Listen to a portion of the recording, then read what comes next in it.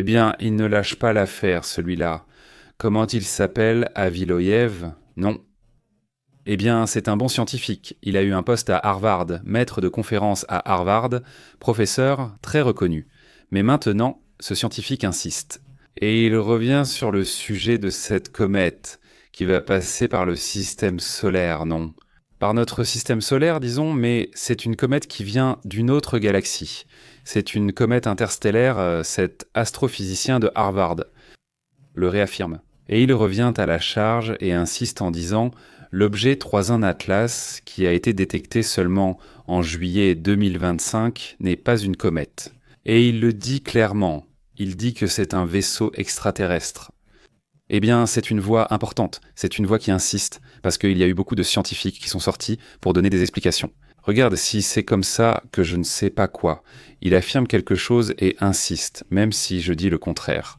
Regarde, il a les appareils, c'est-à-dire, il a les appareils qui analysent les spectres de lumière. Et ils disent, bon, voyons, parce qu'il disait que cette lumière-là, c'est à cause du gaz et que c'est à cause d'eux. Il a dit... Alors, pour commencer, le spectre de lumière n'est pas dû au gaz, c'est-à-dire, il n'est dû à aucun type de gaz. La lumière qui sort de l'objet est une lumière propre, et ainsi il y a toute une série de choses qu'il a débattues et qu'il a montrées avec des preuves. Des astronomes ont observé le corps spatial s'approcher du système solaire, avec des trajectoires passant au-dessus de Jupiter, Mars et Vénus. La majorité des astronomes considèrent qu'il ne s'agit que d'une simple comète, comme l'affirment la plupart des scientifiques. Le fait que la lumière qui émane n'est pas un reflet solaire, c'est une lumière intérieure, et c'est cela qui attire l'attention de certains. C'est un point clé sur lequel il affirme que c'est davantage de la région d'où il vient. Pour commencer, c'est quelque chose d'extrêmement rare qui puisse arriver. Le passage par ces planètes précises attire aussi son attention, dit-il. L'objet a été officiellement nommé 3 et Atlas et a suscité un intense débat autour de ses mouvements. Certains pensent, parmi eux, que ces mouvements sont anormaux. Ce n'est pas la première fois que je lance une hypothèse de ce genre. Si vous vous souvenez, hier, en 2017, le célèbre Oumuamua, qui en fait avait effectivement certains mouvements assez particuliers, comme s'il accélérait ou ralentissait. Et donc cet objet interstellaire aurait aussi pu être une technologie extraterrestre, selon BILOEV. Et certains scientifiques ont effectivement commenté ou soutenu les idées ou les théories de cette scientifique, en soulignant que la trajectoire, par exemple, du TRESS et de l'Atlas semble éviter délibérément l'observation directe, ce qu'ils considèrent donc comme intentionnel. Cela ne semblerait pas intentionnel. Cela semblait intentionnel, exactement. Ce astrophysicien dit aussi le comportement de l'objet et sa façon de réfléchir, la lumière. Cela ne correspond à aucun schéma connu de comète ou d'astéroïde.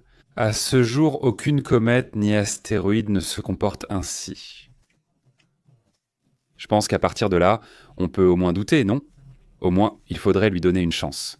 C'est-à-dire, non, de douter un peu sur ce sujet et de voir plus tard ce que ça pourrait être. Mais bon, les théories de Loeb sont à nouveau évidemment controversées, parce que je pense que ça va aussi être logique à un certain moment. Peut-être dit-il cela, peut-être pas, nous l'ignorons. Mais ce qui est certain, c'est que s'il y a un scientifique largement reconnu et qui est ouvert à cela, au moins je pense que nous devrions l'écouter. Eh bien, c'est une possibilité parce que c'est aussi quelque chose que l'on vit beaucoup dans la science. C'est que s'il y a quelque chose de différent, et partout, s'il y a quelque chose de différent, s'il y a quelque chose de nouveau, il y a d'abord comme un rejet. Toujours comme voyons, voyons, voyons. Eh bien, cela a une certaine logique. Nous sommes des êtres humains et cela fait partie de notre comportement. Tout à coup, mais bon, écoute, s'il a les compétences, si c'est une personne très très qualifiée, au moins l'écouter, au moins essayer de le comprendre, ses points de vue. Et ensuite, le débat commence, mais bon, il faudra attendre. C'est une information en cours de développement et qui va évoluer avec le temps. Il y aura beaucoup de fake news d'un côté comme de l'autre, c'est-à-dire certains diront non, non.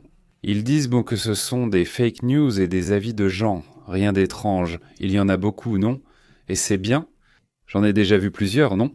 Qu'ils n'ont aucun appareil, ils disent non, ce n'est pas ça, et point final, c'est fini pour cette raison, pour celle-ci. Et ils te donnent des explications bidons à tel point que tu te dis qu'il a l'air de savoir, mais en fait il n'est ni astrophysicien, ni équipé, ni rien du tout. Mais bon, il a le droit de donner son avis, et tant mieux s'il le fait, mais au moins ici, nous, et j'espère que cela vous intéresse. Si c'est le cas, dites-le moi en commentaire. Nous essaierons au moins d'écouter un peu ce personnage et de voir quelles autres informations il nous donnera plus tard. Et essayez de comprendre cette situation avec ouverture, mais aussi, avec scepticisme. Restez là pour voir ce qui se passe. En tâtonnant. En explorant le terrain, exactement. Un autre sujet, celui-ci aussi est important. Ce qui se passe avec celle-ci, que puis-je te dire? La ChatGPT-5. 4 ou celle que tu veux est actuellement au cœur d'une grande controverse. Allons voir. D'après ce que rapporte OpenAI, qui est la compagnie de... comment ça s'appelle? De Chagapet, cela aurait provoqué une énorme controverse parce qu'une personne, s'est suicidée. Une adolescente des États-Unis, non? Cela a créé la controverse car les parents de ce jeune de 16 ans semblaient un peu se sentir coupables. Ils affirment qu'il y a une responsabilité de cette intelligence artificielle dans cette technologie. Matt et Maria Wren ont déposé une plainte légale auprès des tribunaux supérieurs de Californie à San Francisco au nom de leur fils Adam Wren, qui est décédé en avril dernier, selon son avocat Jeff Edelson. Le dossier juridique compte près de 40 pages dans lesquelles ChatGPT a activement aidé Adam à explorer différentes méthodes pour mettre fin à sa vie. Imaginez-vous, c'est pourquoi cette entreprise est accusée d'homicide involontaire. Exactement. Les parents affirment que ChatGPT n'a interrompu aucune session où il a parlé avec l'adolescent et n'a déclenché aucun protocole d'urgence. Et ce, bien que l'on reconnaisse que le garçon voulait se suicider. Cela a naturellement soulevé de nombreuses questions sur la situation. Il y a plusieurs cas. Une personne est allée à l'hôpital à cause d'un régime qu'il lui a donné. Ce ChatGPT?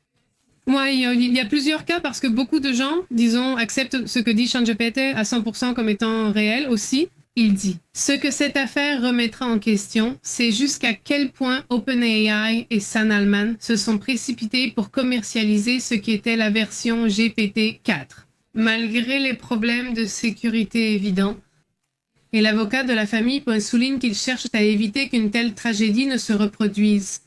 Voilà le point controversé. Je pense aussi qu'il ne faut pas laisser toute la responsabilité à la technologie et au réseau, mais la technologie doit quand même faire quelque chose. Si c'est tellement évident que la personne demande quelque chose avec une intention très sombre, très grave, il serait vraiment important que la technologie puisse réagir. Mais bon, on avance, on progresse sur ces sujets, passons à d'autres questions importantes.